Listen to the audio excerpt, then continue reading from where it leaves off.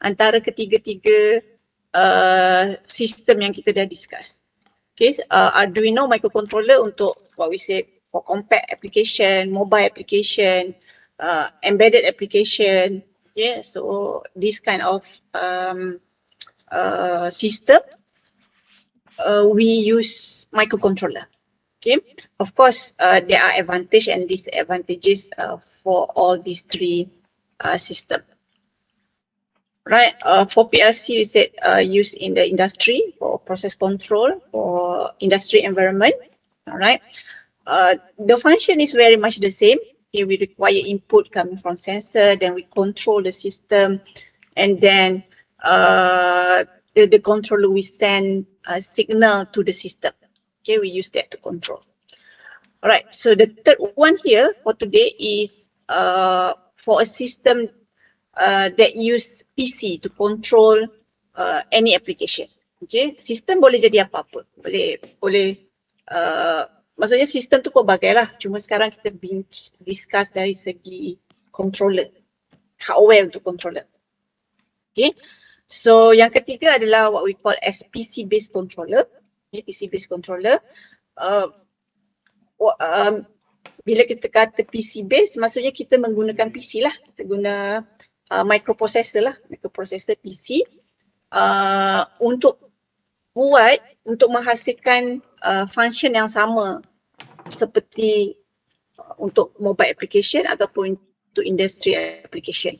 Maksudnya kita perlukan sensor untuk bagi input, okay, kepada controller kita dalam PC, and then controller akan send input output dan dia akan control sistem kita. Okay, flow proses dia sama. Cuma beza adalah hardware dia lah. Hardware dia sama ada kita pakai microcontroller kecil, kita pakai PLC, maksudnya dia bukan PC tapi dia ada spesifik form dia lah, PLC tu. And then yang ketiga adalah kita pakai PC. Okay, so flow dia sama, ada komponen pun sama, sensor, lepas tu kalau ada actuator, okay. Maksudnya kita boleh guna ketiga-tiga jenis controller ni untuk control satu sistem yang sama. Okay, alright. Tapi untuk, maksudnya kalau macam microcontroller, dia adalah spesifik application dia kan, untuk mobile application, untuk compact, untuk sistem yang compact, dan juga untuk sistem yang boleh embedkan controller dalam sistem tu. Right. So untuk PC base, normally fokus kepada macam lab lah, experimental rig, okay, where we focus, we get the data and we process that. Okay, mungkin kalau dekat industri biasa PLC lah, PC base pun ada juga dekat industri. Kalau untuk just monitor tu kita boleh pakai PC lah untuk monitoring. Okay, provided the environment is suitable lah untuk gunakan PC. Right. So contoh pertama kat sini adalah 5-axis teaching robot. Okay, so maksudnya sistem dia adalah untuk teaching, so digunakan di dalam lab. Okay, right. So bila guna dalam lab, biasanya design dia tak adalah, maksudnya kalau untuk teaching ni, design sistem tu tak adalah, maksudnya bila kita nak teaching, kita nak tunjuk semua yang ada dalam tu. Okay, so that's why kita tengok dia punya sistem tu, maksudnya tak macam nak cakap, dia open lah, dan kita nampak dia punya tak ada cover semua tu sebab kita nak tunjukkan sistem tu. Okay, so kat sini kita akan pakai PC base. Okay, PC base, contoh ni adalah projek PSM. Okay, final year project, this student develop 5-axis teaching robot. Okay, so sama macam buat projek mekatronik juga. Okay, dia kena design robot arm ni. Okay, So siapa yang buat robot arm tu tahulah kan, kena design dia punya arm ni. Okay, panjang arm, combination of length of the each arm tu akan decide apa dia punya region. Maksudnya region yang dia boleh capai lah. Okay. Right, dan dia adalah servo motor dia kat sini. Ada berapa servo motor ni? 1, 2, kat bawah ni 3. Okay. Sini satu lagi kot, 4 ni. 1, 2 bawah, 3, 4 ni untuk gripper lah. Okay. So sama, design sistem dia adalah robot arm. Okay. So right, so dia pakai PC base. So nampak dia pakai PC. PC zaman saya dulu belajar bisa macam ni lah PC saya. Okay. Lepas tu, in order to allow the microprocessor, okay, bukan microcontroller, ni microprocessor to communicate with sensor and actuators. Okay. Kita ada banyak sensor, kita ada banyak actuators. Contoh actuator tadi, servo motor tadi lah. Okay. Kita tahu dalam microprocessor, sistem dia separate kan. Microprocessor ada CPU, okay. Lepas tu dia ada RAM, ROM, lepas tu dia ada input output interface. Okay. So dalam PC biasanya input output interface tu cuma untuk keyboard, untuk mouse, untuk monitor, untuk printer. Okay, monitor, printer adalah output, input dia adalah keyboard dengan mouse. Okay, so sekarang kita nak attachkan sensor. Okay, kita nak attachkan different components kepada PC ni lah. Okay, so in order to do that, kita kena ada special component. So this special component is called as a data acquisition card. Okay, data acquisition card. Okay, so ini card ni. Dia panggil interfacing card, tapi nama standard dia adalah data acquisition card lah. Okay, so that ni macam motherboard kan. Okay, macam motherboard ni dia ada modul-modul dia.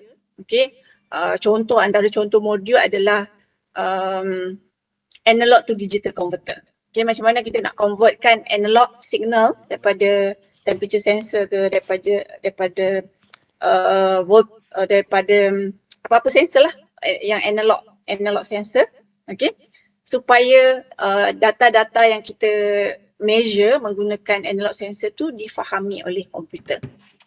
Okay, so in order to allow that, we need a special system. Okay, kalau macam Arduino, ADC module tu memang dia dah design dan letakkan di dalam chip dalam Arduino itself.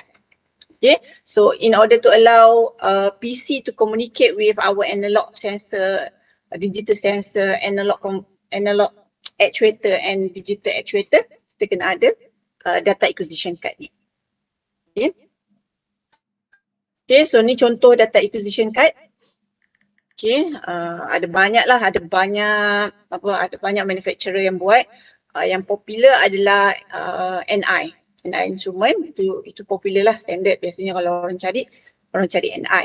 Okay, tapi ada banyak juga yang lain-lain yang kira lebih murah dan dapat bagi provide function yang lebih sama lah. Lagipun sekarang ni semuanya macam teknologi tu semua orang dah tahu. So maksudnya ada banyaklah company yang boleh provide untuk beli ni. Okay. Tapi NI instrument ni popular sebab they come together with software yang juga well known lah, maksudnya yang semua orang pakai. Okay. Alright, so selain daripada data acquisition card, okay, data acquisition card tu adalah untuk interface kan. Okay, sebab tu dipanggil juga interfacing card. Untuk interface kan antara outside world dengan digital world dalam PC lah. Okay, selain daripada tu kita perlukan driver juga. Okay, driver ni macam signal conditioner, macam driver untuk motor. Okay, semua tu duduk di bawah driver. Right. Alright, and then ini sistem lah, dia ada dipakai stepper motor dan juga transmission dia menggunakan timing belt, chain and sprocket. Okay. Alright, so dari contoh ni you nampak complete system kan. Kita ada mechanical system, robot arm, okay. Kita ada PC di mana dalam PC tu kita design kita punya controller. Okay, kita design kita punya controller. So kalau kita ada controller, kita perlukan input. Okay, input coming from sensor. Okay, dan function controller adalah untuk provide output signal untuk control the system. Okay, so itu kita pakai actuators. Actuators contoh dia stepper motors lah. Okay, untuk control the system. Right? So in order to allow sensors, actuators to be able to communicate with our controller, we need to have a data acquisition card. Alright. Okay. This is second example. Second example, PC-based process control monitoring system. Okay. Ini sama juga PSM student final year project develop this project final year untuk CHAI Strongling. Ini dah lama ni. Ni 2007 ni. Okay. Alright. So nampak dia punya setup. Okay. Dia punya setup kita ada PC monitor lah, ni monitor. Sebab dia nama monitoring kan, so maksudnya kita nak tengok lah data-data yang kita capture tu, macam mana pattern dia. So kena ada monitor untuk allow us to see the behavior. Right, and then kita ada data acquisition system. Okay, ni berbeza dengan yang tadi. Okay, yang ni kita ada data acquisition system. Okay, yang tadi data acquisition card. Driver kita kena develop sendiri. Okay, kalau you perlukan signal conditioner apa, kena develop lah circuit dia. Kalau you perlukan kalau stepper motor tadi kan, stepper motor kena ada H-bridge lah. Okay. Kena develop driver. Okay. Beza dengan data acquisition system ni, biasanya data acquisition system dia dah come together with driver. Okay, maksudnya signal conditioner dah ada, driver motor biasanya pun dah ada. So kita just, maksudnya kita boleh pilih lah. Okay, so depend. Maksudnya data acquisition system ni ada banyak jenis, ada banyak size, ada banyak harga. Okay, cost dia pun berbeza. Okay, lagi banyak function yang dibagi, lagi mahal lah cost dia. Okay, dulu saya pernah nak beli untuk projek, quotation yang dapat 16,000.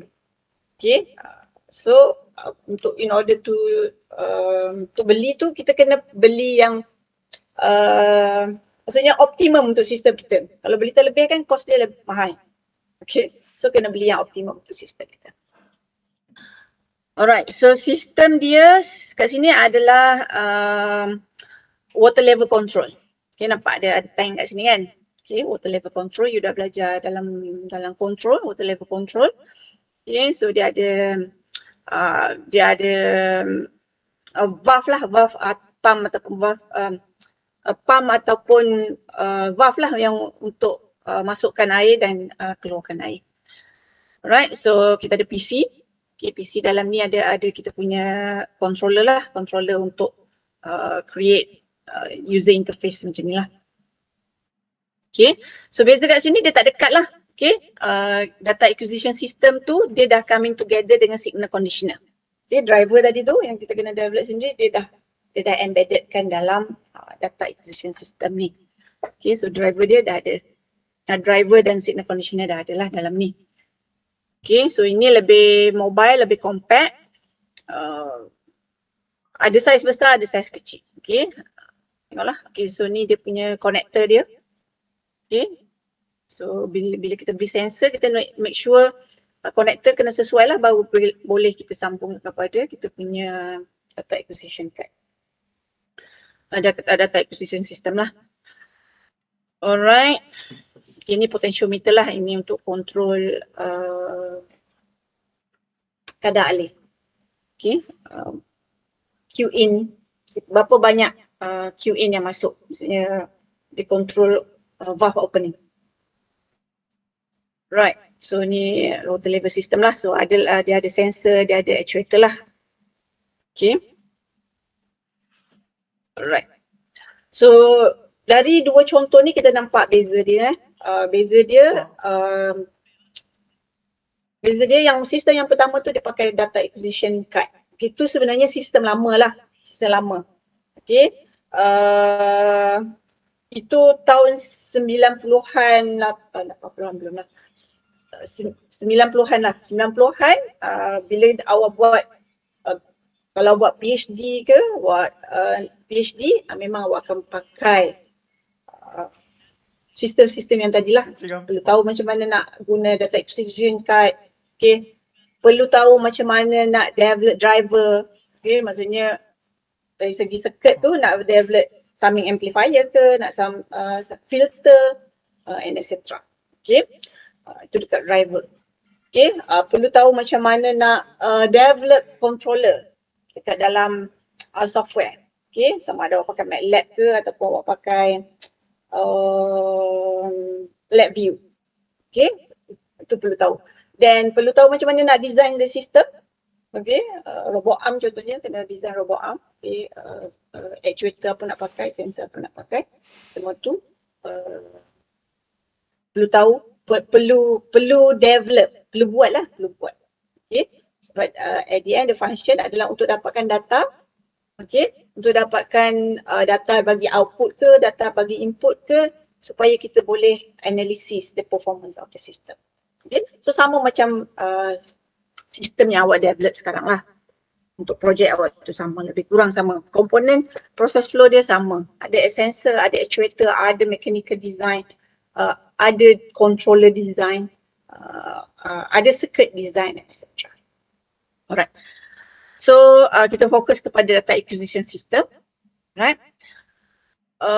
So kita tahu data acquisition system adalah untuk capture the input. Okay. Perlu ada driver, perlu ada signal conditioner. Okay. Lepas tu ada interfacing dia. Okay. Okay, ini yang pertama lah, sense physical variable. So ini kita perlukan sensor lah, sensor untuk dapatkan bacaan. Okay. Selepas pada sensor, kita perlu buat signal conditioner. Okay, nak amplify ke, nak tambah dua signal ke, nak filterkan signal ke. Okay, semua you dah belajar lah dalam instrumen. Okay, signal conditioning circuit.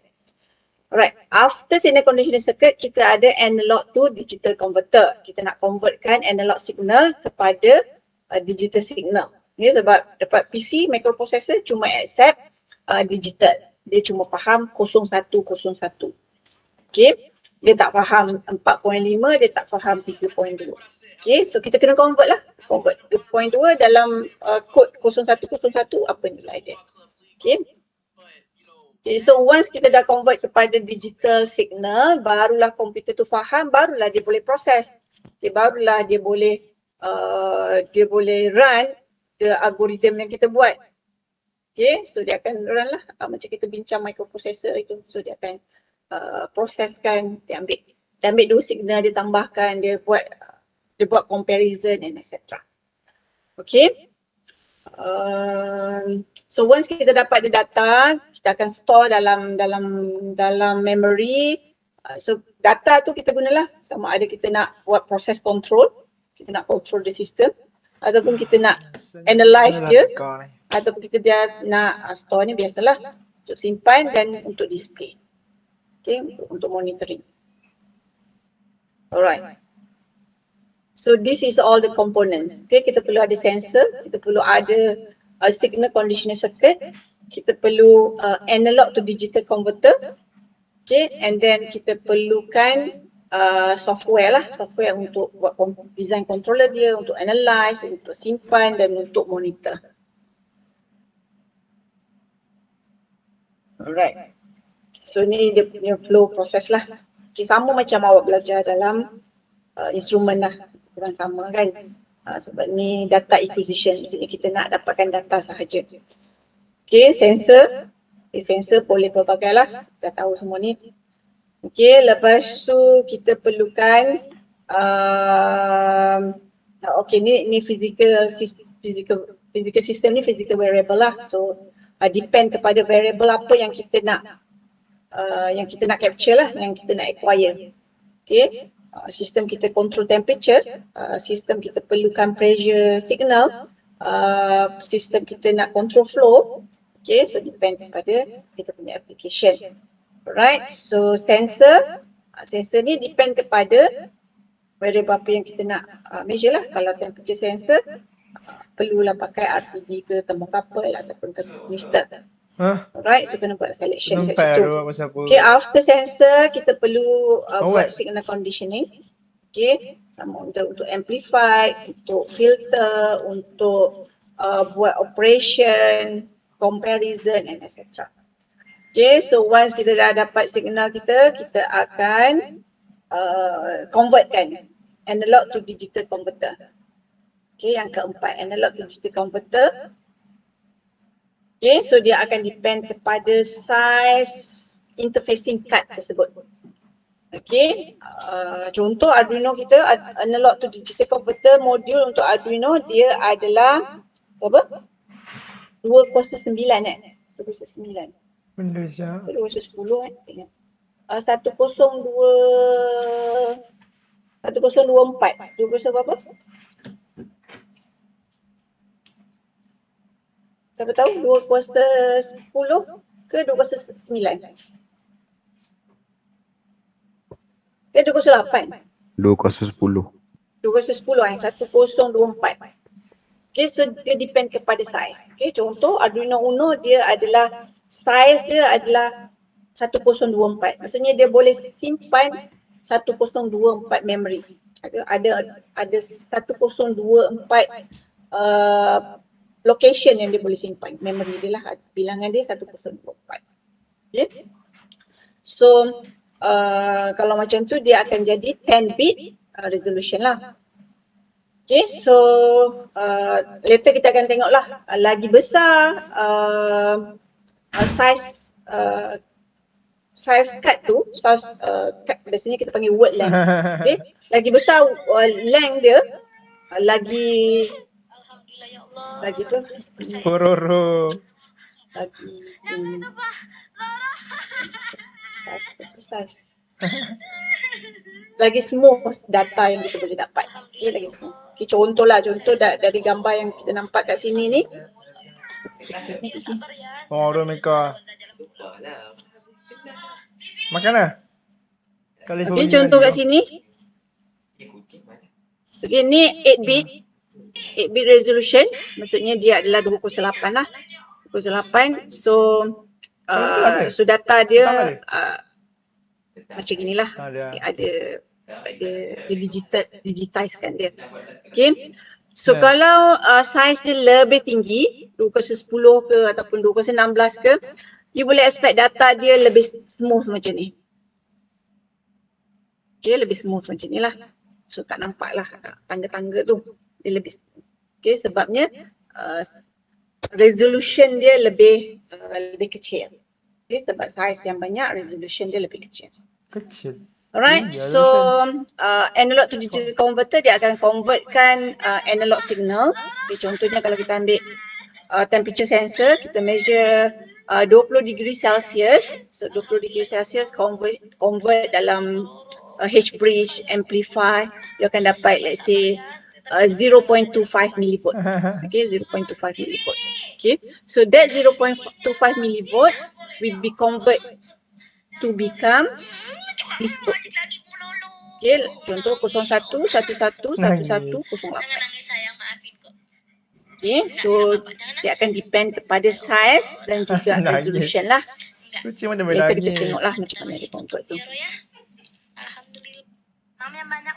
Okay, flow information samalah, ini sama macam flow tadi lah.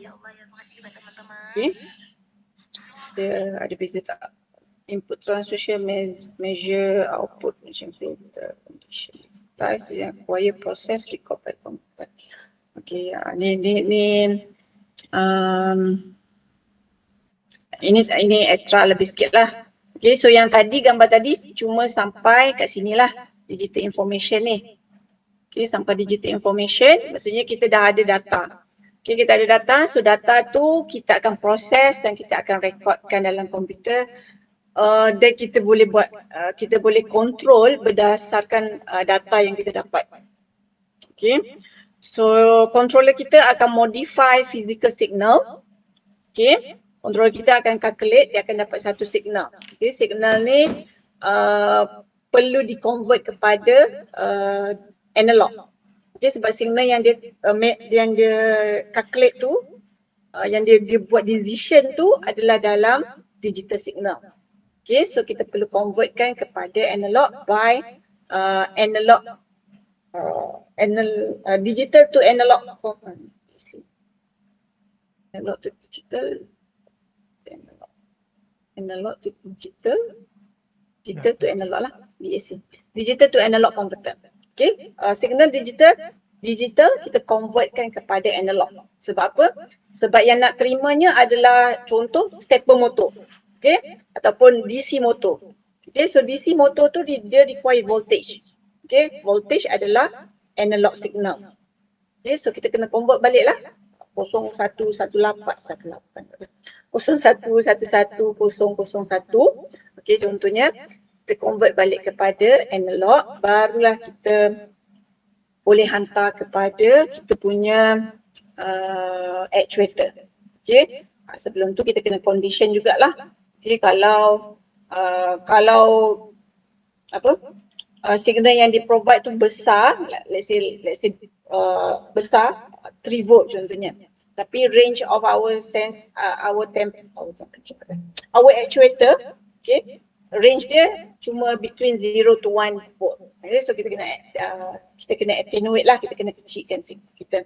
Okay, ataupun sebaliknya lah, signal yang provide adalah kecil tapi sistem kita require bigger voltage, so kita kena amplify kan dia. Right, so output transducer interact with physical variable. So dia akan activate kan lah sistem tu. Okay, motor akan bergerak, valve akan dibuka, speed increase, so itu interaction lah.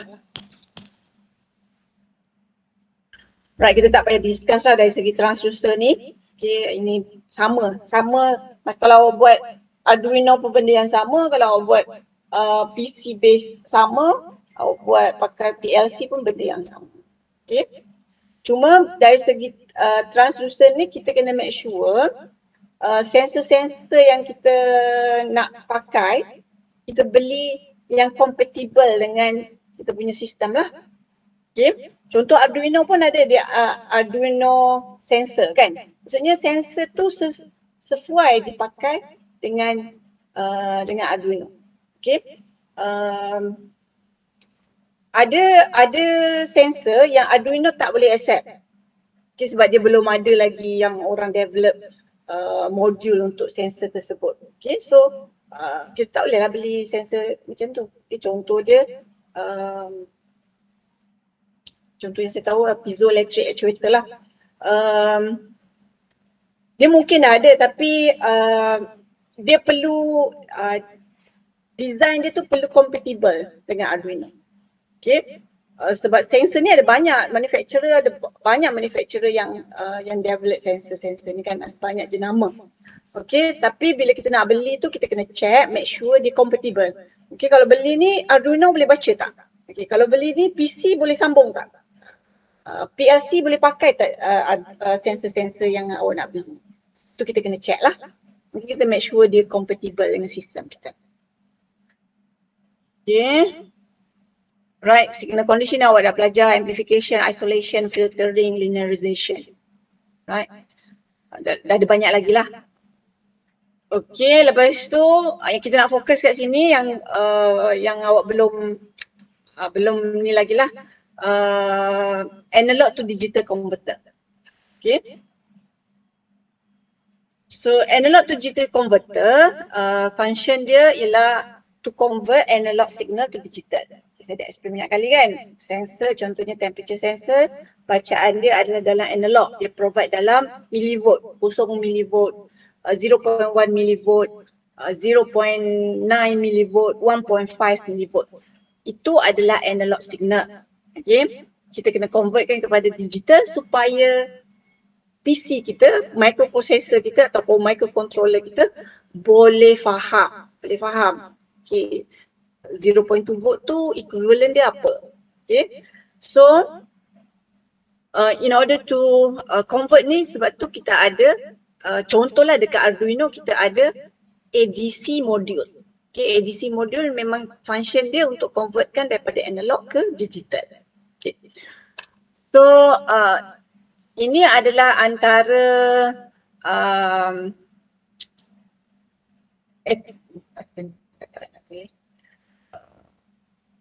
faktor-faktor yang perlu kita faktor lah, saya nak cakap term yang kita perlu faham untuk gunakan bersama dengan data acquisition system lah ataupun ADC converter ni. Okay, imagine you nak design benda ni. Okay, you nak develop analog to digital converter. Okay, so of course kita kena faham benda ni, dan kalau you nak pakai pun you kena faham benda-benda ni. Okay, input signal, sampling rate, throughput, resolution, range and gain. Right. So first one, input signal. Input signal kita kena tahulah sensor kita tu provide analog ke digital. Okay, so kalau analog kita kena adalah analog to digital converter. Okay, kita perlu ADC tu. Okay, tapi kalau sensor kita memang dah digital, okay, contoh macam switch, okay, push button, okay, state dia ada dua je kan, sama ada dia kosong ataupun satu, sama ada dia on ataupun dia off. Okay, kalau macam switch kan, kiri off, kanan on, ataupun push button tak, belum push kosong, dah push satu. Okay, depend lah sama ada dia normally open ataupun normally close switch. Alright, so kalau dah digital tak perlulah sambungkan kepada analog to digital converter. Alright, yang kedua adalah sampling. Okay, kita kena make sure that sampling rate yang kita ambil mestilah bersesuaian dengan kita punya signal. Okay, supaya dia tak create false signal. Dia tak menghasilkan signal yang tak mewakili signal sebenar. Okay, memang dia capture tapi disebabkan sampling rate kita tu tak sesuai untuk kita punya signal. Bila kita convert dia jadi signal yang lain, totally lain daripada signal yang asal. Okay, so kita kena faham sampling ni lah. Okay. So sampling ni adalah proses di mana kita ambil data. Okay. Proses di mana kita capture the data. Okay.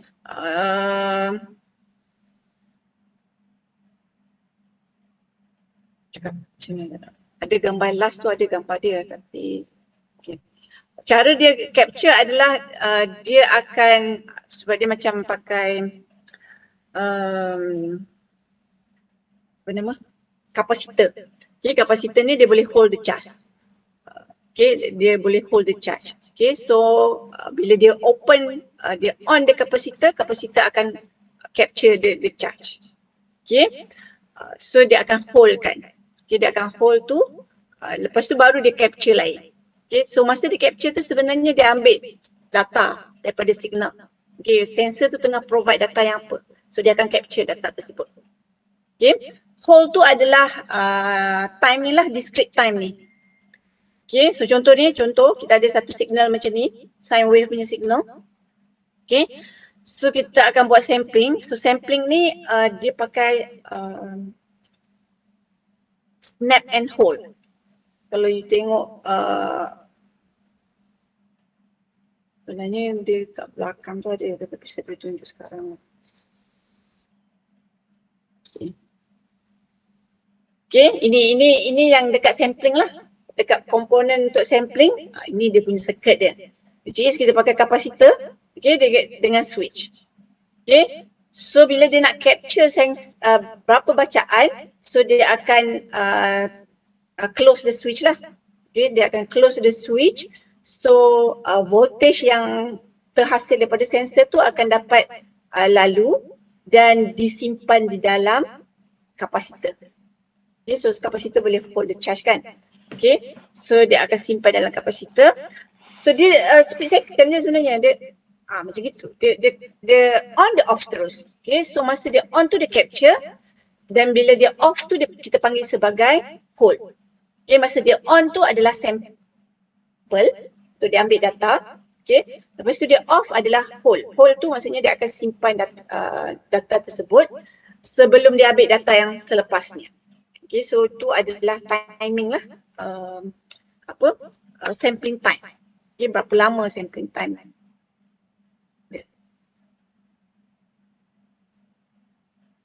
Okay, so tu dekat sini kan.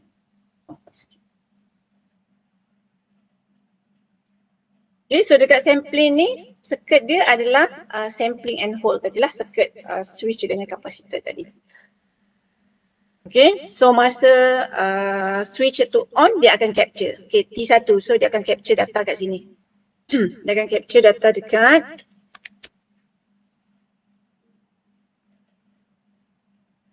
okay, dia akan capture data kat sini lah. Okay, so dia akan hold contohlah dia akan hold selama 1 second contohnya. Okay, so after lepas 1 second dia akan capture data kat sini pula. Okay, so dia hold lagi 1 second baru dia capture yang ketiga and so on lah. Sampailah habis lah. Alright, so dia akan capture data-data ni. Okay. Okay, kebetulan masa dia on tu kedudukan signal adalah dekat sini. So dia akan capture value yang kat sini lah. Dia tak capture value yang dekat sini. Okay, sebab masa tu switch tadi off. Okay, so bila masa dia on kedudukan signal adalah dekat sini. Okay, so tu adalah sampling. So sampling adalah taking a sample of signal pada masa tertentu lah. Okay, discrete time. Right. Okay, so sampling time ni juga akan determine kita punya sampling rate. Okay, so determine how often conversion take place. Okay, okay, so contoh dia, okay, sampling rate 4 sample per cycle. Okay, okay, dalam satu cycle tu dia akan ambil 4 sampel. Dia sebenarnya dia bukan macam itulah. Dia sebenarnya depend kepada time tadi itulah. So time tadi tu yang akan menentukan sampling rate. Okay, tapi kita boleh nampak lah the effect of sampling rate ni. Okay, kalau awak ambil 4 sampel per cycle, okay, maksudnya data awak tu kasar kan, crude, nampak kasar. Okay, so yang data kat sini ni dia hilang. Kan sepatutnya dia berbentuk dia macam ni. Okay, sama, bentuk dia macam ni. Okay, tapi disebabkan sampling rate kita kecil, okay, kita cuma ambil 4 sampel per cycle, so kita akan hilang data kita lah, ada information yang hilang. Okay, so kalau nampak 8 sampel per cycle, okay, nampak data dia lebih smooth, so dah ada nampaklah sikit ada curve kat situ kan. Okay, so comparekan kepada 16 sampel per cycle, okay, so data tu lebih smooth lah.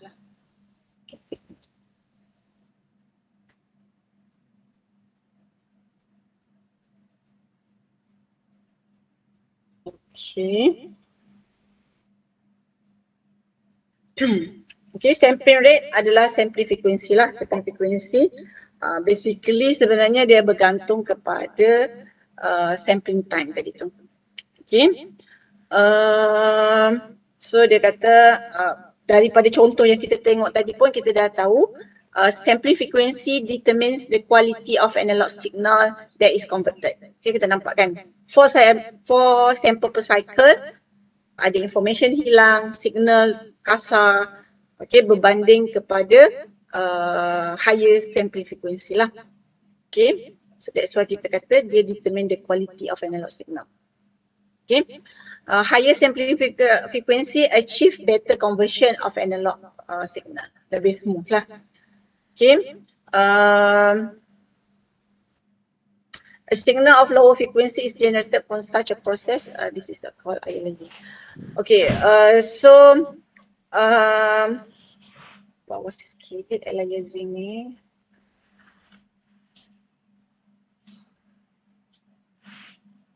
Alright, so ini yang saya katakan kalau Ni yang sampling sekarang. rate awak tu tak betul.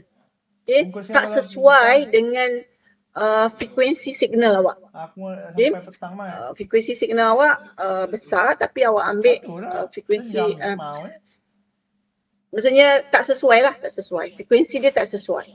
Okay, so dia akan menghasilkan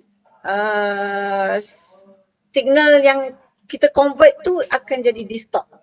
Okay, dia jadi totally lain daripada signal yang asal. So kita panggil dia aliasing. Aliasing problem. Okay, so ni Eisenman punya teori. Saya kata untuk dapatkan sampling time yang sesuai, dia akan bergantung kepada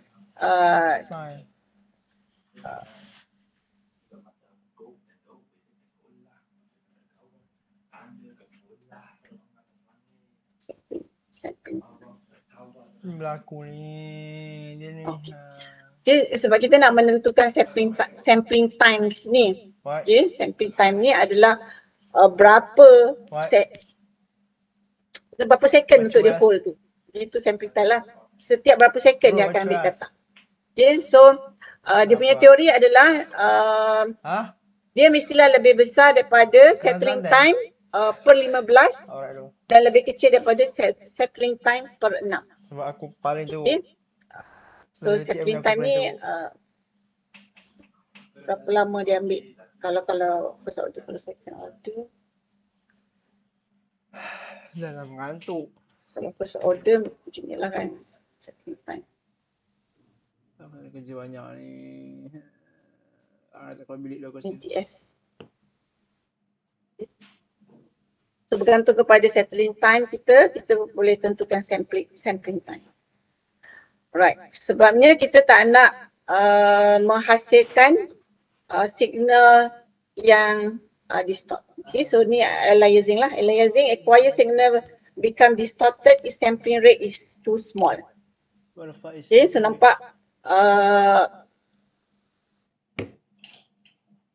ini original signal. Okay, dotted line tu original signal. Okay, signal yang asal. Okay, so kita nampak dia punya frekuensi dia tinggi. Okay, frekuensi dia tinggi sebab masa dia, masa per cycle dia tu kan kecil. Okay, so frekuensi dia tinggi. Tapi untuk sampel signal kita nampak frekuensi dia tu rendah. Okay, sebab dia punya one cycle dia kat sini. So let's say lah ini adalah, contohlah saya bagi 10 second 10 second. Okay, so sini dia punya one cycle dia ialah 0.1 second. Okay, setiap 0.1 second dia dah complete satu cycle. Okay, tapi sampling awak ambil 10 second per cycle. Okay, 10 second per cycle maksudnya dia punya ni besar. Okay, so sampling period dia ini. Okay, so dia akan capture data pertama kat sini. Data kedua capture. Okay, dia masa dia kan sama every time. Kalau 0.2 second, 0.2 second, 0.2 second and etc. Okay, so disebabkan sampling, frekuensi sampling tu tak sesuai. Okay, bila kita convert, okay, dia menghasilkan signal yang ni lah, yang hitam ni. Okay, which is kita nampak bentuk dia berbeza daripada signal yang asal. Kan signal asal kita ini. Ini signal asal dia. One cycle macam tu. Okay. Jadi kalau 10 second signal kita bentuk dia macam itu, tapi bila kita convert dia jadi yang ni lah. Jadi yang ni. Yang hitam ni. So data yang kita convert tu dah tak sama seperti yang asal. Dia dah menghasilkan signal yang berbeza. So ini yang kita panggil sebagai aliasing problem. Okay, jadi distort lah, jadi sengit, jadi bentuk dia lain. Okay, so kita make sure that sampling time kita, sample period kita kena Data sesuai. acquisition technique apa tu? So pastikan kita punya sampling period tu mestilah bolehlah follow Eisenman punya teori tadi. Okay. Alright, so itu dari segi sampling. Alright, dari segi conversion, okay, so this is the process macam mana kita convertkan dari analog to digital. Okay. Alright. Right. So, okay, data kita yang ni kan data kita. Ini data kita. Ini data kita yang ni. Signal kita lah dari sensor kita. Okay. Alright, so sekarang kita nak convertkan kepada digital. Okay, so kita faham digital, dia cuma faham okay.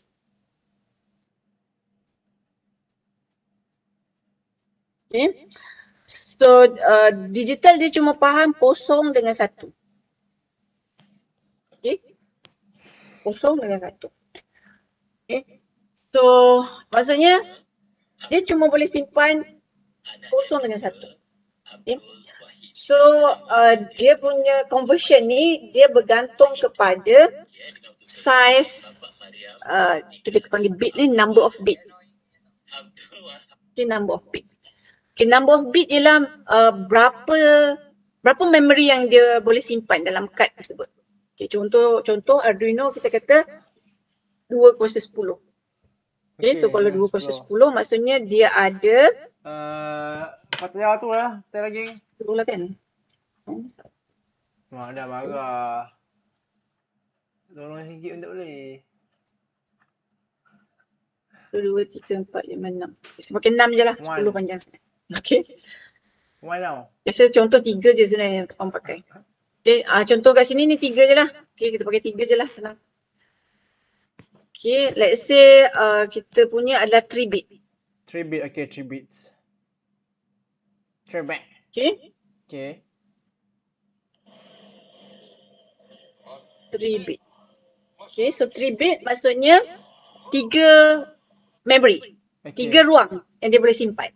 Okay, so dia cuma boleh simpan sama ada 0 ataupun 1. Okay, so combination 01 ni dia akan menghasilkan, okay, nombor dia ialah 000. Okay, maksudnya semua simpan 0. Okay, 001. Okay, dia cuma ubah yang pertamanya jadi 1. Okay, 010. Okay, 011. Dekat atasnya 100. 101.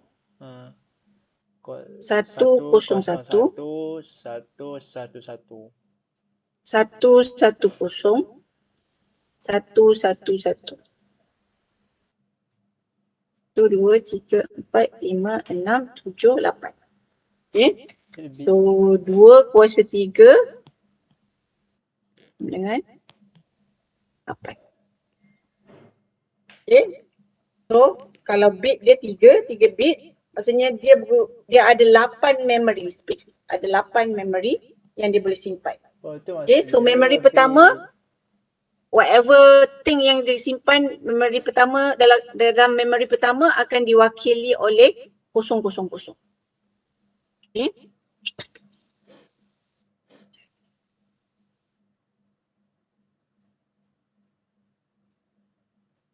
Understand.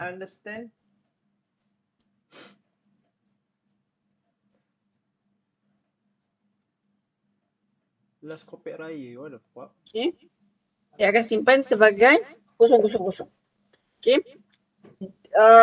Yang kedua, memory yang kedua akan diwakili oleh 001. Okay, dan seterusnya lah. Okay, memory yang ke-8 akan diwakili oleh 111.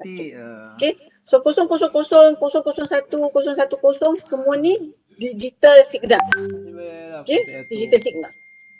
Okay, kita tak tahu lagi yang sebelah analog ni apa. Analog yang nak masuk ni. Okay, tapi dari segi digital, dia bergantung kepada Dengan number lawak of tiga bit. aku. Jadi kalau 203, 3 bit, 3 bit card, biasa kita panggil 3 bit card. Aku Maksudnya dah habis dah kad sebenarnya. tu boleh Itu simpan saja dah 3 mengatur lagi. combination. Okay, so 203 adalah 8. Hmm. So ada 8 memory dalam kad yang boleh simpan. Okay, contoh yang kedua Arduino Uno Kena kita tarik lah. 2/10.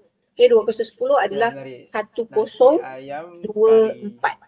Ya, Sayur 10, sawi. 4. So combination dia tadi lah. Sayang kau tu, sayang kau. 0, yang pertama. 0, last kali 1. Itu yang kedua. Nombor yang last kali adalah 1. Jadi 10 tu semua simpan 1. Okay. So in between dia akan ikut sequence yang sama macam ni lah. Okay. Alright, tu part digital. Okay, kita tengok dari segi analog pula. Okay.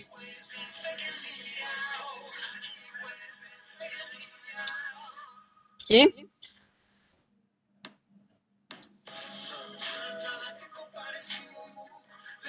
Okay, so bila sebelum kita pergi pada part analog tu, kita tengok yang sampling tu sekejap. Okay. So bila dia ambil sampel, okay, bila dia ambil sampel, contohnya sampling dia yang pertama kat sini kan. Okay. Okay, masa di sampel tu dia ambil data tersebut.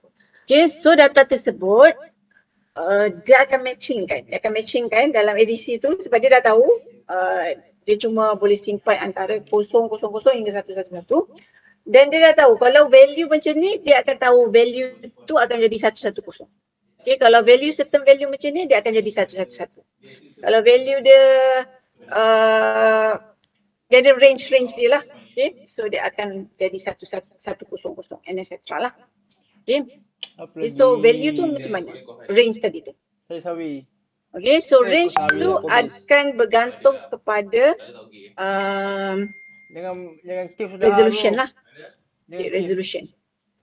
Okay, resolution Keep ni jalan. kita dah discuss pun tadi. Resolution Apa ni? lagi kalau macam tadi sampling kan, sampling lagi Gabut besar lah kata. frekuensi, lagi banyak data kita ambil, lagi smooth Kelas dia data. tu. Okay. Aku sejam lagi. Resolution pun sama juga. Resolution akan akan define how smooth the data tu. Okay. Bye. Tapi in term of sini dekat resolution dia akan Ah. bergantung kepada size of card.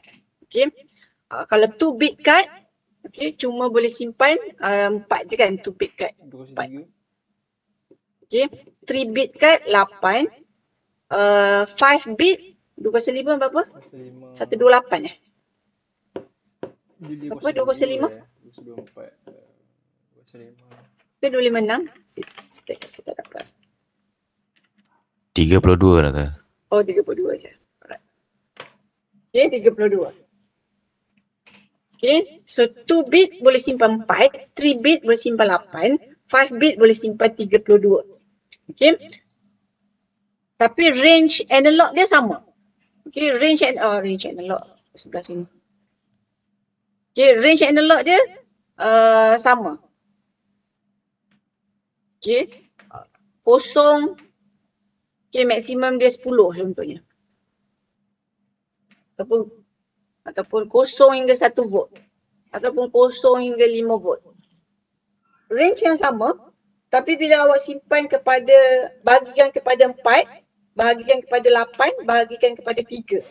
Okay, of course yang, okay, contoh contoh kita ambil 1 volt lah. Okay, 1 volt. Okay, so 1 bagi 4 adalah 0.25. Okay. So maksud dia, kalau untuk 2 bit, okay, antara 0 hingga 0.25 dia akan simpan sebagai 0, 2 je lah, 00 je. Sebab dia 2. Okay. Kita signal dia mewakili 00 sebab dia 2 bit. Okay. So 0 dan 0.25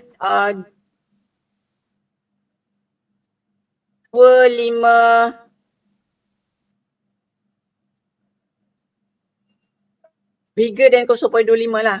So, ikut resolution dia juga. Mungkin let's say lah saya bagi 0.251 hingga 0.5. Okay, ini akan disimpan sebagai 0.1. Okay, and so on lah.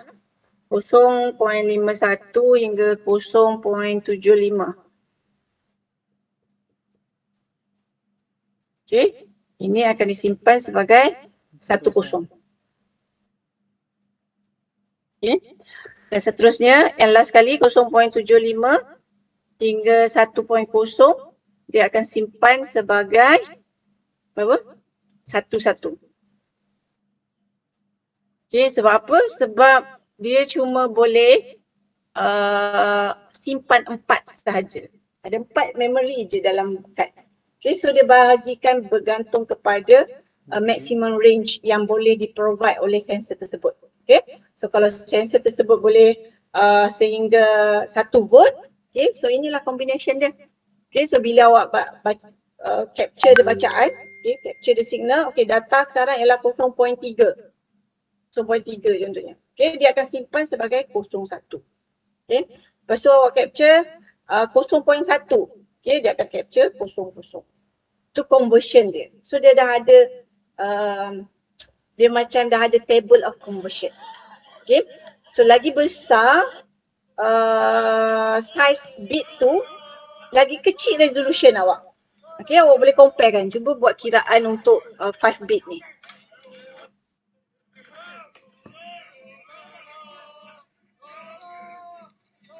Okay, buat 8 bit lah, 8 bit, 3 bit lah. Sebab 3 bit nombor dia kecil kan. Kalau 5 bit tu 22 pula nak kena buat.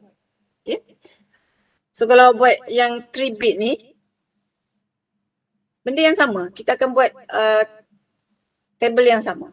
Okay, so 3 bit kita pakai 1 volt tadi kan. So 1 bagi 8. 1 bagi 8 berapa? 0.125 0.125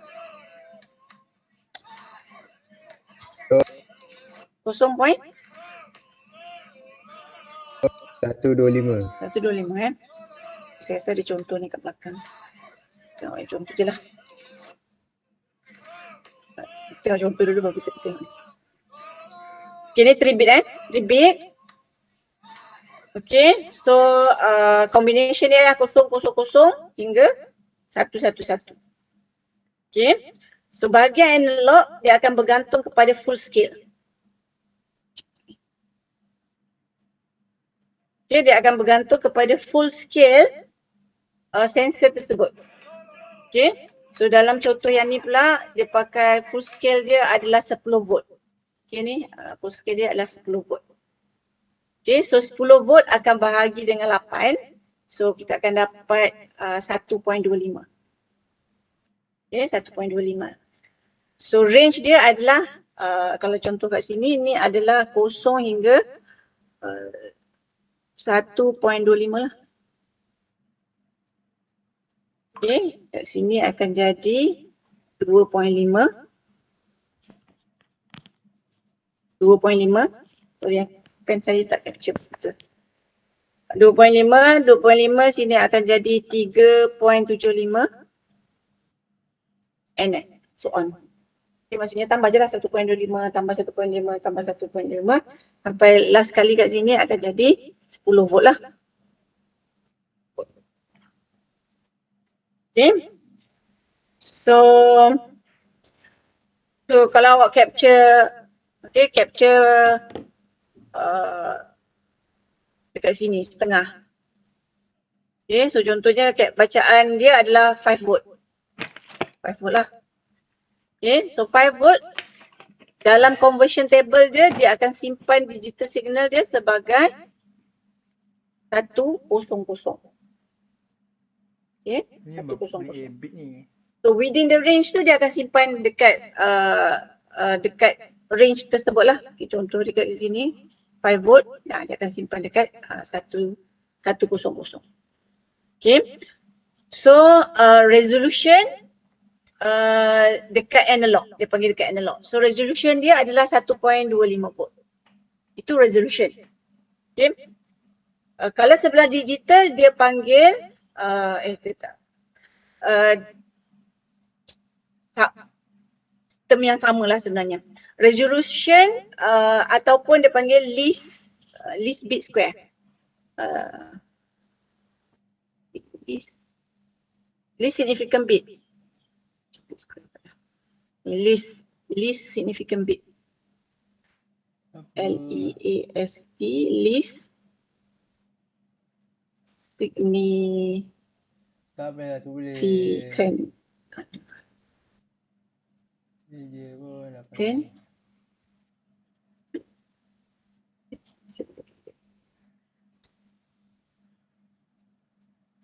Dia least significant bit dekat sebelah digital dia naik Ni 3 bit. 01 tu lah kalau kita nampak 1 lah. Okay, kalau contoh kat sini kan 000 naik ke 1. So naik dia akan jadi 10, 11, 100. 1, 10, 11. Okay.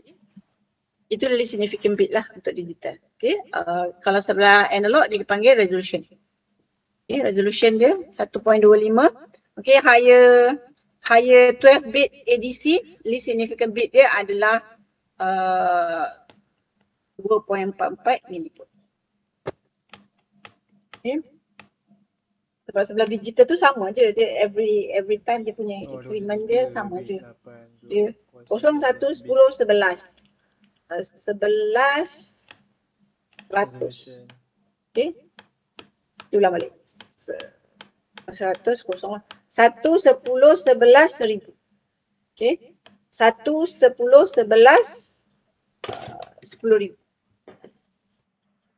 Okay. Itu increment dari segi digital lah. Okay. So untuk satu least significant bit dia equivalent kepada resolution. Okay. Dan dia akan bergantung kepada size of bit.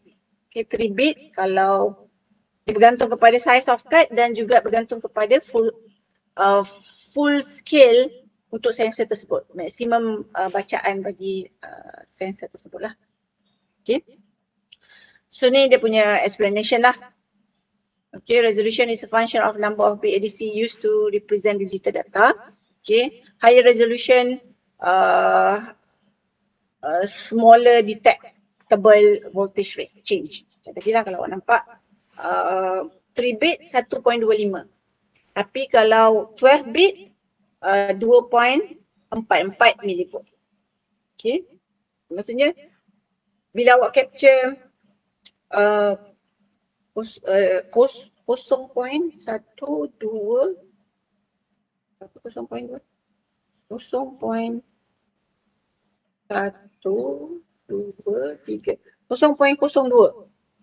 okay, 0.0244 dah digital signal dia dah berbeza.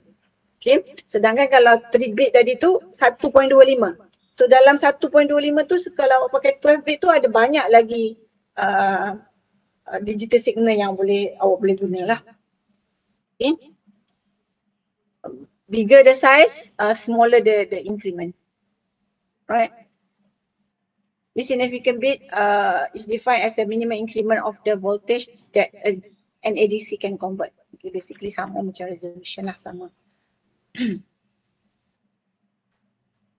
Okay, ada soalan tak untuk conversion? Okay, so kita just perlu tahu sensor kita berapa maximum range. Okay, lepas tu berapa size card kita. Okay, 10 bit, 12 bit, Arduino 10 bit. Okay, 1.24.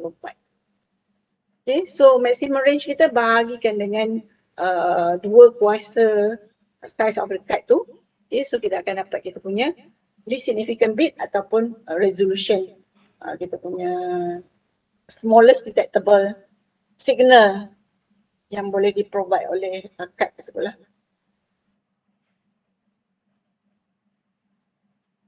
Right, so ni contoh pengiraan lah. So kalau dah faham konsep tadi, okay, kita perlukan berapa saiz kad tersebut. Okay, so contoh ni adalah 10 bits. Okay, kita perlukan full scale, maksimum bacaan maksimum sensor tersebut. Full scale dia berapa? 10 volt. Okay, so dari situ kita boleh tentukan resolution ataupun kita boleh tentukan least significant bit dia lah. Okay. So full scale 10 bagi 2/10, so dia adalah 9.8 millivolt resolution dia. Okay. Setiap satu bit dalam kad tersebut akan simpan range 98 millivolt.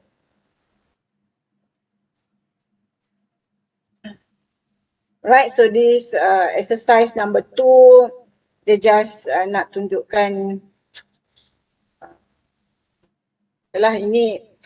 ini complete the whole system lah. Awak kena faham macam mana nak dapatkan bacaan daripada sensor. Okay, range dia kat mana sebenarnya, dekat temperature ke dekat volt. Okay, okay, maximum range dia berapa and etc lah. Okay, so tapi yang ni dia nak tentukan berapa kad yang sesuai, berapa saiz kad yang sesuai. Kalau kita nak resolution dia, maksudnya baca increment yang berlaku tu untuk setiap 0.5 millisecond, 0.5 degree Celsius. Okay, maksudnya 0.5 degree Celsius akan ada satu signal, digital signal. 0.5 degree Celsius akan ada digital signal yang lain. Itu resolution dia lah. Maksudnya paling kecil kita boleh detect 0.5 second degree Celsius. Right, so first kita perlukan full scale. Okay, full scale kita adalah dalam millivolt 200 kali 0.5. Okay. Maksimum lah 200 degree Celsius kalikan dengan 0.5 transfer function. Okay, kita akan dapat millivolt lah. Okay, 200 kali 0.5 millivolt per degree Celsius, kita akan dapat 100 millivolt. Alright, so kita akan bahagikan dengan 10,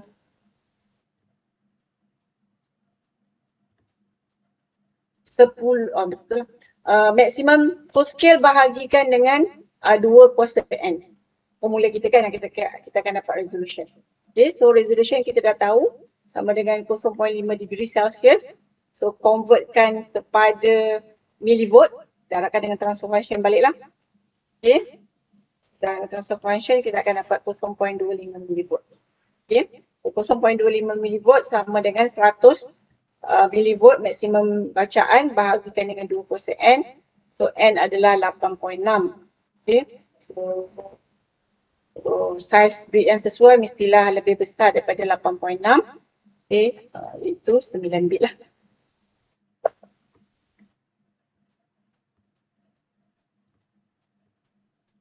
Okay. Ada soalan setakat ni untuk ADC conversion? Okay, so basically dia dah sediakan table. Okay, table dia ikut berapa size bit kita. Okay, 2/10. So dia ada 1024 table. Okay, so berapa resolution dia?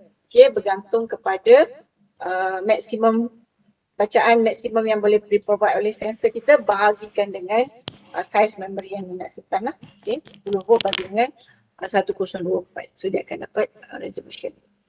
Okay, so dia just matchkan je. Kalau awak bacaan 0.1, okay, 0.1 dia matchkan dengan table dia. Okay, so tu cara dia punya conversion. Okay, so dalam komputer dia punya cuma faham 01. So 01 ni kita panggil bit lah. Satu kotak tu kita panggil bit. Okay, kalau 3 bit ada 3 kotak.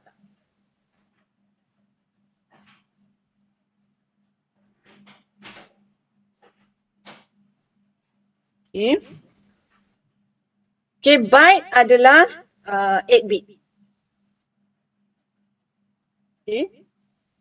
Kalau 8 tu, 208 tu 1 byte lah. Okay, 208 adalah 256 combination dia. Okay, so ni conversion lah. 1 byte 8 bit to nibble. 2 byte 16 bit 4 byte 32 bit. Okay, and etc lah. Okay, 1 kilobyte adalah 1024 byte. Okay, and so on. Okay, 1 terabyte adalah 2 kuasa 40. 1 gigabyte 2 kuasa 30. Right, so tu conversion lah. Alright, ni akan samalah. Okay, sama. So kita ada table dia, kita dah ada table. Okay, dan kita ada resolution. Okay, so value antara 0 hingga 0.125 dia akan simpan sebagai 000. Okay, so tu resolution lah. Smallest apa kataan tadi? Smallest detectable signal. Okay, so kalau dia baca antara tengah-tengah ni ataupun dia baca atas sikit daripada 0.125 ataupun betul-betul dekat 0.25, semuanya akan disimpan dalam yang sama lah 011 sebab dia range kan. Right. Okay, ini adalah macam mana kita nak convertkan daripada digital to decimal.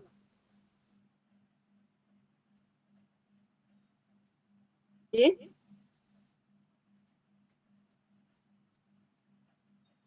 Okay, so sama juga lah ni conversion kan, sebab macam tadi kalau table 3 kita akan ada 1 pula. 0, 1, 2, 3, 4, 5, 6, 7, 8. 8 sampai 7 je lah. Okay, total dia 8 tapi sebab dia starting dengan 0. Okay, 0, 1, 2, 3, 4, 5, 6, 7. Ini adalah 2 kuasa 3. Okay, 2 kuasa 3 sama dengan 8. Okay, tapi dari segi desimal dia akan simpan 0, 1, 2, 3, 4, 5, 6, 7. Okay, dari segi digital dia ialah 0, 0, 0. Kita dapat tadi ni 0, 1, 0, 10, 0, 11, 100, 101, 110, 111. Okay, itu conversion dia. Right. So untuk conversion table dia lebih senang dia pakai decimal value ni. Okay, kotak ke berapa. Okay, so contoh kat sini adalah 208 kan. Ni 208.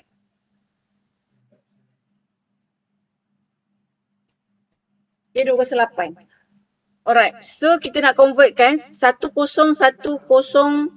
0111 ni dalam decimal nombor dia berapa? Okay, maksudnya nombor binary code 10 100 111 ni kedudukan dia dalam table kedudukan yang keberapa? Okay.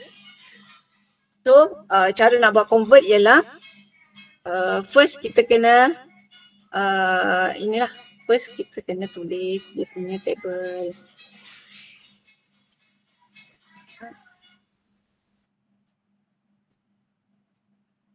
Saya tak record saya lupa lah nak record. Sorry, saya lupa nak record. Tak record.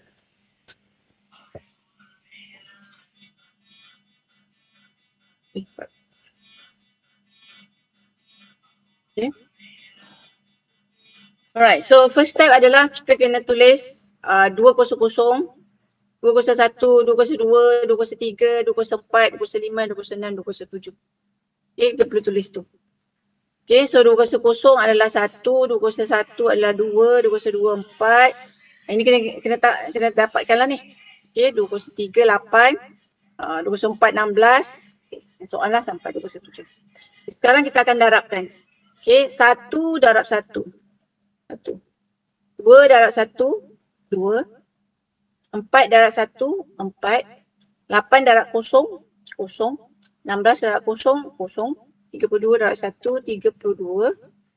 64 darab 0, 0. 128 darab 1, 128. Okay, then dia akan tambahkan. Ada downward. Okay, tambahkan.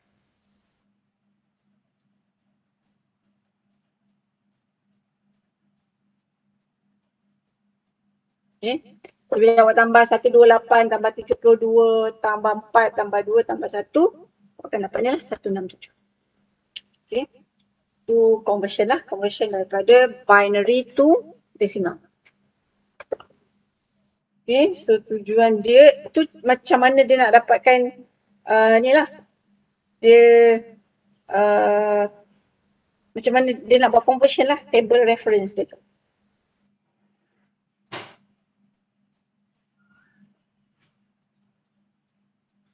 Right, so contoh dia macam ni lah. Okay, bila kita nak capture.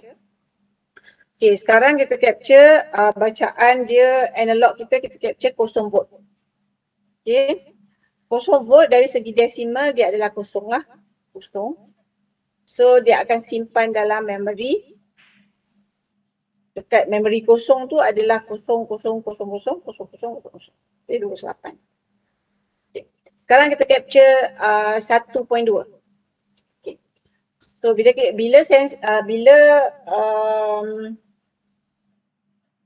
sistem kita capture 1.2, sensor capture 1.2. Okay. So 1.2 dia akan buat calculation. Okay. Calculation dia ialah 1.2 yang dia baca bahagikan dengan maximum range ke berapa 5, darabkan dengan size cut tu lah. Tapi tolak 1 sebabnya dia start dengan kosong. Okay, kalau 208, 256 kita tolak 1 jadi 255. Okay, so dia akan dapat 61.2. So sebabkan dia cuma nombor bulat, kita roundkan jadi 61. Okay, so 61 dalam table kedudukan 61 adalah 00111101. Okay, itu adalah flowchart macam mana conversion tu dilakukan. Okay, capture, masukkan dalam kiraan, kirakan berapa nombor desimal dia, dapatkan roundingkan dia 61, then dia akan matchkan. Dia dah ada table dia lah. Okay, 61, okay nombor dia yang ni. Right, and so on lah. Okay, kalau capture 3.7 bagi 5 darab dengan 255 dapat 188, roundkan 189. Okay, so 189, 10, 11, 11. Okay. Right, so ni pun samalah 5 bagi 5 darab 255. So kita dapatlah 255. So 255, 11, 11, 11. Right, so dia conversion. Right, so numbering system dalam microprocessor dia ada ni lah. Decimal, hexadecimal and binary. Okay, so kalau decimal macam biasalah. Macam kita nombor biasa kita, base 10, base 10. 0, 1, 2, 3, 4, 5, 6, 7, 8, 9, 10. Ulang balik. 1, 2, 3, 4, 5, 6, 7, 8, 9, 10. Okay, base 10 lah. Okay, kalau base hexadecimal, okay, dia 0, 1, 2, 3 sampai 9. Okay, dia tak akan ulang balik tapi dia akan start dengan A, B, C, D sampai F. A sampai F je. Lepas tu baru dia akan ulang balik. 0, 1, 2, 3. Okay. So combination yang dia boleh simpan adalah ini nombor ni lah. 0 sampai 9, A sampai F. Okay, kalau yang base 10 tadi sampai 15 lah. Okay. Dan kalau binary ni base 4. Okay, base 4. Okay, so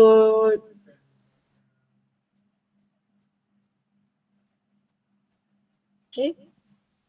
Increment dia sama lah. 0, 1, 10, 11, 100.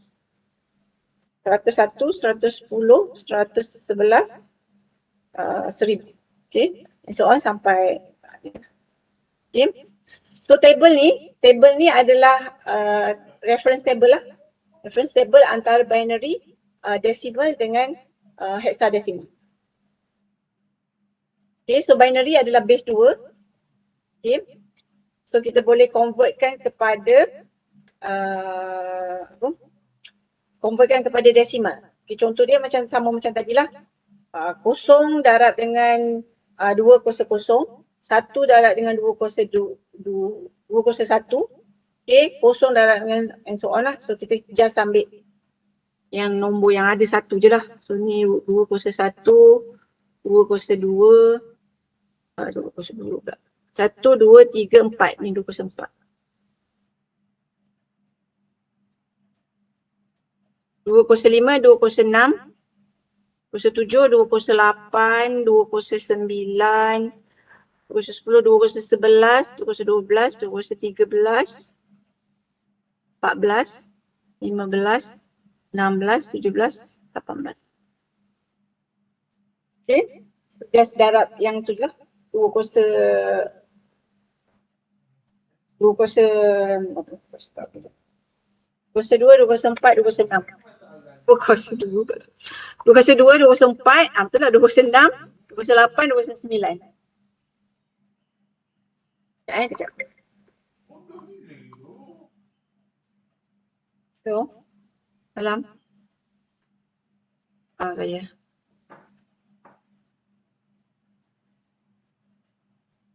Letak dah tembok boleh? Sama. Salam.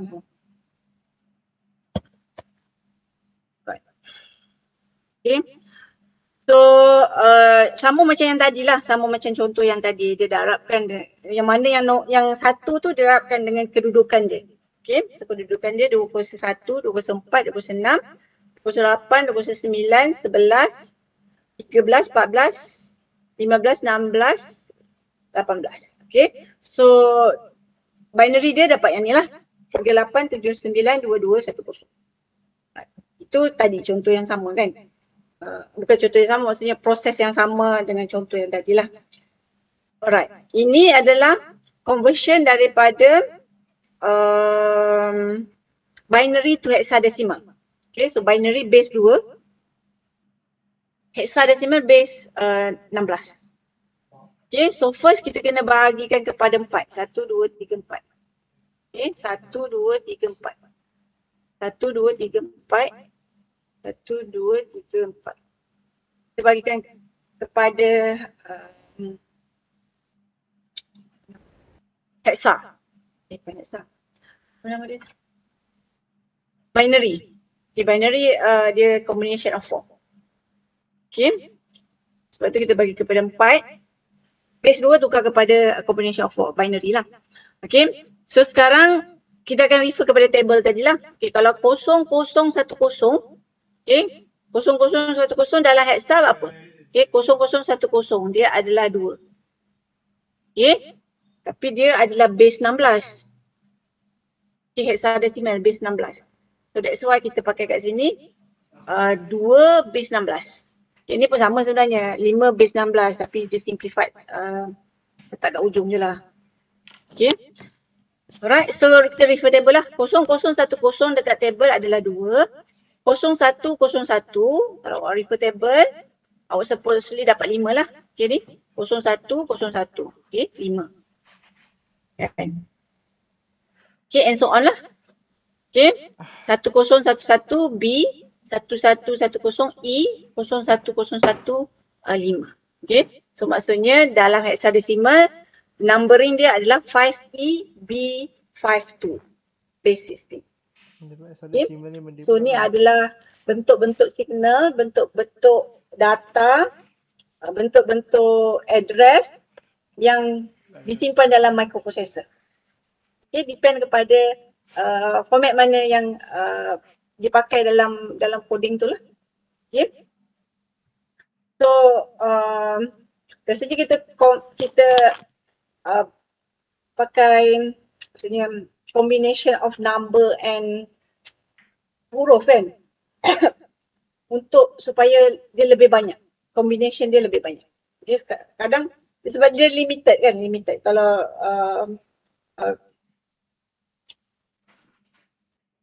macam nak cakap, dia limited lah, combination itu limited. Okay, so tapi kita masih perlukan lagi banyak memory, banyak space lagi yang kita nak pakai ataupun banyak ruang lagi kita nak pakai untuk mewakili data-data kita lah. So caranya ialah kita combinekan dengan kita pakai hexadecimal lah. Alright, ini sama macam sebelum ni lah. Okay, microprocessor monitor ni sama macam sebelum ni sebab dia PC base benda yang sama. PC microprocessor ada monitor ROM, ada RAM, okay, optional user ROM, fixed ROM, ada optional user ROM, ada system and user RAM, ada user input output. Okay, system input output, ada keyboard, ada display. Okay, lepas sama juga kita ada address bus, data bus dan control bus. Okay, control bus. Alright, so tengok dia punya address ni. Okay, punya address mewakili komponen-komponen apa dalam sistem kita. Okay, dia pakai hexa hex. Okay. Itu dia pakai untuk address, dan dia pakai dekat dalam RAM, dia pakai dekat tengok ikut formatting yang dia pakai. Okay, so sebab dia microprocessor, so dia kurang samalah peminatan. Alright, so dalam data acquisition system, okay, ni bukan control apa, block diagram lah, block diagram untuk data acquisition system. Okay. Alright, first kita kena ada sistem kita lah. Okay. Sama ada dia experimental rig ke, dia ada proses ke, dia tapi as long as dia ada sensor dan actuator lah. Okay, so kita ada measurement variable apa yang kita nak ukur, depend kepada sistem kita lah. Okay, so kita akan ada sensor lah, different measurement akan ada different sensor. Right, and then kita ada signal conditioner. Okay, alright, so dekat data acquisition system kita nampak ada banyak port kan. Okay, sama juga macam Arduino ada pin 1, pin 2, pin 3 sampai pin 13 kan. Okay, so imagine kalau awak sambungkan 13 pin tu kepada sensor contohnya, tapi digital lah. Kalau analog cuma 6 lah, 0 sampai 5 tu. Okay, 0 sampai 5. Ada 5 lah, ada 5 analog sensor yang kita boleh pakai. Alright, so kita ada multiplexer. Okay, analog multiplexer. Lepas tu kita ada analog to digital converter yang kita discuss tadi. Macam mana dia nak convertkan dari analog jadi digital. Okay, so di signal digital tu akan send kepada komputer lah. Dia akan send kepada kita punya software. Okay, masukkan dalam kita punya controller. Masukkan dalam kita punya data untuk simpan ataupun dekat monitor untuk display. Untuk monitor. Okay, so kalau ni adalah proses control, so kena adalah signal digital to analog converter. Yang dalam ni kita ada controller, control berapa output signal dan kita kena hantarkan kepada actuator kita. Okay, so perlukan digital to analog converter. Sebab dalam komputer cuma digital, kita nak convert balik jadi analog. Okay, berapa sebenarnya voltage nak akan hantar dekat DC motor kita. Alright. Alright, kalaulah sensor kita ni digital, okay, so tak perlulah lalu analog to digital converter. Terus saja kepada komputer. Okay, sama juga kalau sensor kita tu memang actuator kita tu cuma macam switch je on off LED, so kita tak perlulah ada analog to digital converter. Okay, so contoh analog digital converter PWM lah. Salah satu contoh PWM. Alright. Okay, ni sama juga. Okay, sensor, lepas tu ada, ini complete lah, complete. Okay, contoh kita ada sensor RTD. Okay, RTD pakai dengan bridge. Okay, bridge pakai dengan differential amplifier. Okay, kalau signal teruk sangat, kena ada filter. Okay, bila kita nak buat sampling, dia ada sample and hold. Tadi kan, untuk sampling, sample and hold. Okay, lepas tu dah dapat data, ada analog to digital converter. Okay, ada table reference tadi tu lah. Okay, dari analog digital dia apa. Okay, lepas tu dia ada ini input port lah, input output port. Okay, sambungan ni lah dekat card dia tu. Okay, input parallel series input port ataupun output port untuk digital to analog. Okay, untuk hantar keluar lah. Okay, lepas tu kita ada digital control circuit. Okay, digital control circuit ni lah yang akan control sample and hold. Bila kita nak onkan switch untuk sample and hold. Bila kita nak offkan dia. Okay, digital control circuit. Yang kedua ialah dia akan control analog digital converter. Okay, ada pengiraan tadi tu kan. Pengiraan tadi macam mana kita nak reference tu. Okay, so semua tu kita design dalam circuit yang ni lah, digital control circuit. Okay, of course dia akan bergantung kepada timer. Okay, yalah sampling pun bergantung pada timer frekuensi lah, frekuensi, timer tu frekuensi lah. Okay, dan juga interrupt. Okay, interrupt ni kalau kita nak tukar rutin dia, interrupt. Okay. Alright. So tadi kita tengok ada multiplexer. Okay, multiplexer sebab kita ada banyak port. Okay. Sensor tu tak boleh baca sekaligus. Kalau ada 6 sensor, 6 dia ambil baca data. Tak, dia ambil satu-satu. Okay, dia ambil satu-satu. Sebab tu kita ada ni tadi digital control circuit. Okay, digital control circuit ni akan menentukan port mana yang akan buka untuk kita ambil bacaan. Okay, port mana yang akan baca. Okay.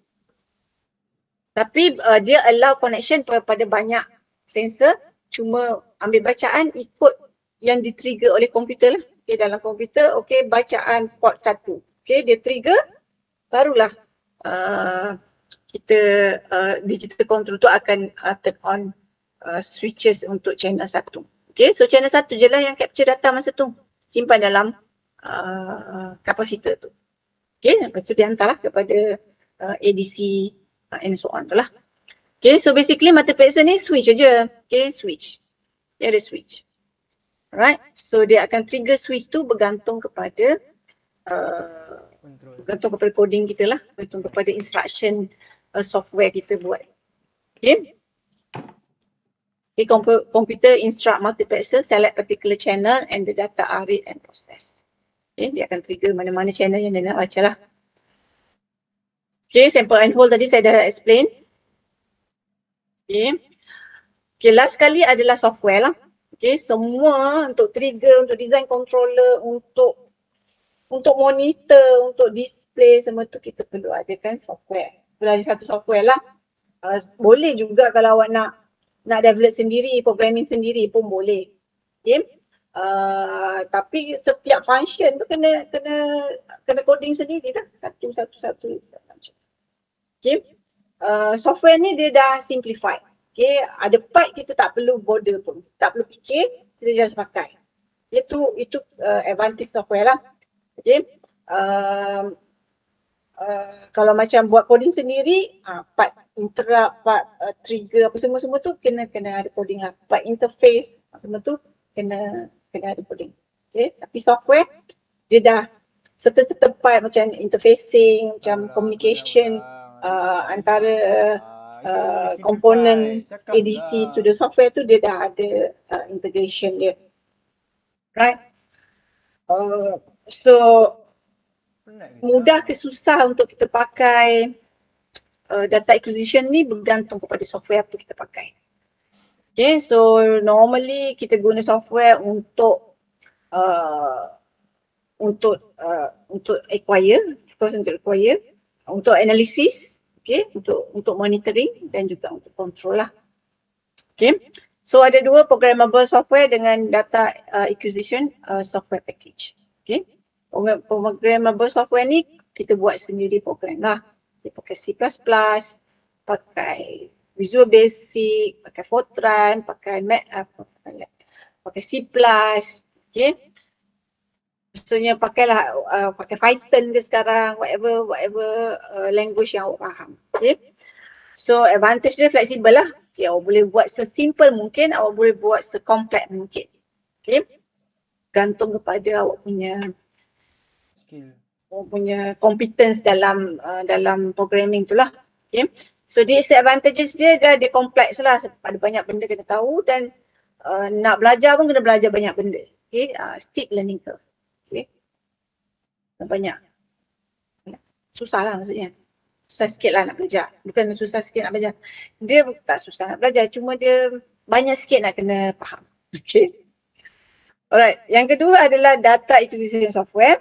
Okay. So kalau data acquisition software dia bukanlah nak kata does not require programming. Dia minimal lah. Minimal fokus kepada apa yang kita nak sahaja.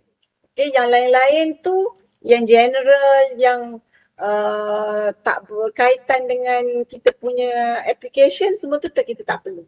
Okay, sebab dia dah embeddedkan dalam dia punya software. Okay. So contoh dia LabVIEW, MATLAB, Snapmaster, TestPoint, tengoklah banyaklah software-software ni. MPs ke apa banyak kan. Okay. So paling popular LabVIEW dengan MATLAB lah. Saya tak tahulah yang lain-lain ni, saya tak tahu. Yang saya tahu LabVIEW, saya tahu MATLAB. Okay, so boleh pakai LabVIEW ataupun boleh pakai MATLAB. Okay, konsep dia sama. LabVIEW, MATLAB lebih kurang sama, boleh pakai coding, boleh pakai apa? Block diagram.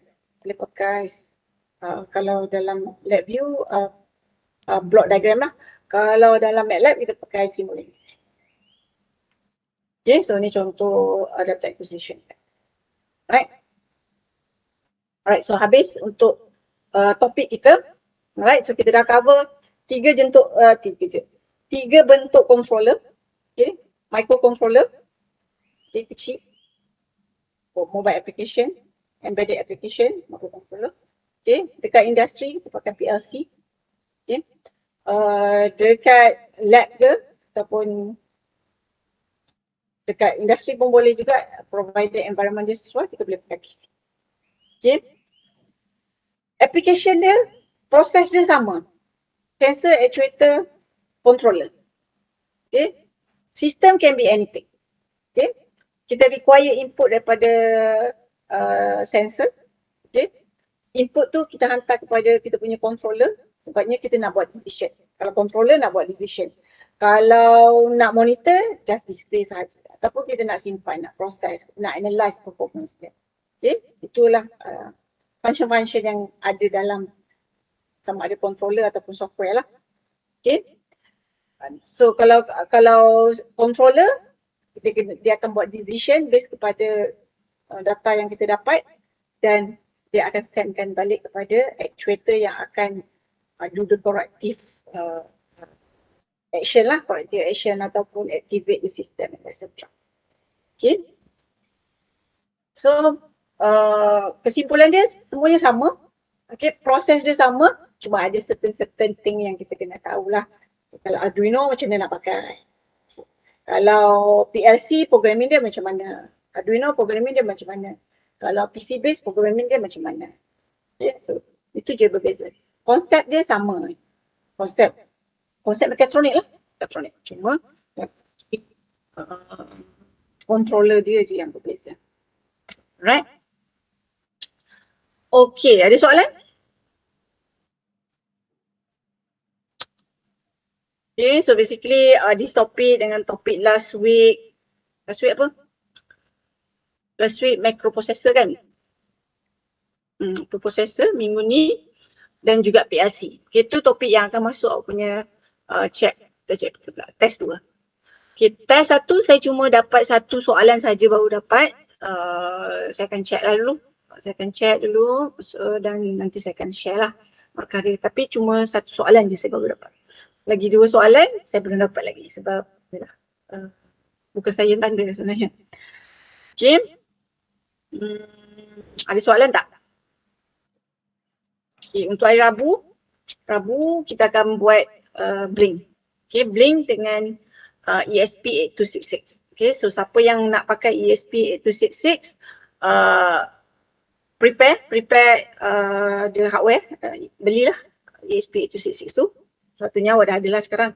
Okay, so kita akan buat setup dia macam mana dekat Arduino IDE. Okay, nak setup dia macam mana, dan kita akan buat simple programming lah, control LED macam kita buat Arduino hari tu lah. Okay, so yang Arduino dah demo untuk setup lah kan, dah demo, dah coding semua. Cuma kita buat dekat tingkat CAD kan, tapi lebih kurang sama lah dekat tu. Okay, so siapa yang pakai ESP8266 ataupun ESP32, make sure prepare dengan microcontroller. Okay. Alright. Ada soalan tak sebelum saya end? Salam.